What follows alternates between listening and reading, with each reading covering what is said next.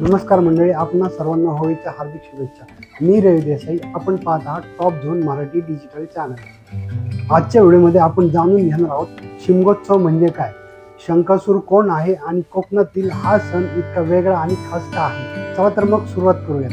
कोकणात फाल्गुन महिन्यात साजरा होणारा होळीचा सण म्हणजे शिमगा किंवा शिमगोत्सव.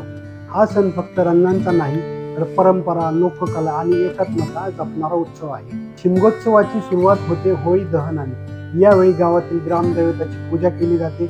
होळीभोवती ढोल ताशे, लेझीम आणि पारंपरिक गीते यांचा गजर केला जातो. रत्नागिरी, सिंधुदुर्ग, रायगड या भागात शिमगोत्सव 5 ते 7 दिवस साजरा केला जातो. काही ठिकाणी हा उत्सव 15 दिवसही चालतो. या काळात गावोगावी पालखी मिरवणुका निघतात, त्या नाचवल्या जातात. तसेच दशावतार नाट्य सादर केले जाते. गोंधळ, भारुड आणि लोकनृत्य होतात. संपूर्ण गाव एकत्र येतो, मतभेद विसरले जातात आणि आनंदाचा उत्सव साजरा केला जातो. येथील होळीचे खास आकर्षण म्हणजे शंकासुराचे पात्र. पुराण काळात शंकासूर हा समुद्राच्या पोटात राहणारा एक असुर होता. त्या काळी शंकासुराने वेद पळवले आणि तो समुद्रात जाऊन लागतो. नंतर भगवान श्रीकृष्णाने त्याचा वध केला व त्यानंतर त्याला पूजेचे वरदान मिळाले असे पुराणात सांगितले आहे. कोकणातील शिमगोत्सवात याच शंकासुराच्या वेटीचा मार खाणं हे आशीर्वाद समजले जाते. शंकासुराची वेशभूषा खूप आकर्षक आणि थोडी भीतीदायक असते.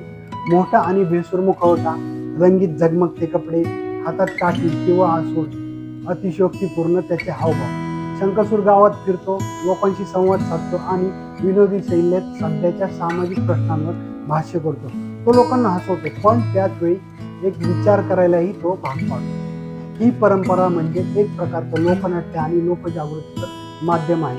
शिमगोत्सव फक्त सण नाही, तो आहे कोकणच्या संस्कृतीचा आत्मा. या सणामुळे लोककलेचं जतन होतं, तरुण पिढीला परंपरेची ओळख होते, गावात एकोप्याची भावना निर्माण होते. रात्रभर चालणारी दशावतार नाट्यप्रयोग, ढोल ताशांचा नाद आणि ग्रामदेवतांच्या पालख्या नाचवल्या जातात. हे सगळं पाहताना अंगावर अक्षरशः रोमांच उभे राहतात.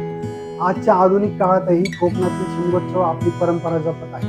जरी डीजे आणि आधुनिक साधने आली असली तरी शंकासूर आणि दशावतार यांची परंपरा अजूनही कोकणामध्ये जिवंत आहे. हीच आपल्या संस्कृतीची ताकद आहे. तुम्ही कधी कोकणातील शिमगा प्रत्यक्ष पाहिला आहे का? तुमचा अनुभव आम्हाला कमेंटमध्ये नक्की कळवा. तर मित्रांनो, अशाच नवीन नवीन माहितीसाठी टॉप झोन मराठी डिजिटल चॅनलला सबस्क्राईब करा, लाईक करा आणि आमचं चॅनल आपल्याला कसं वाटलं हे कमेंट करून नक्की कळवा. धन्यवाद.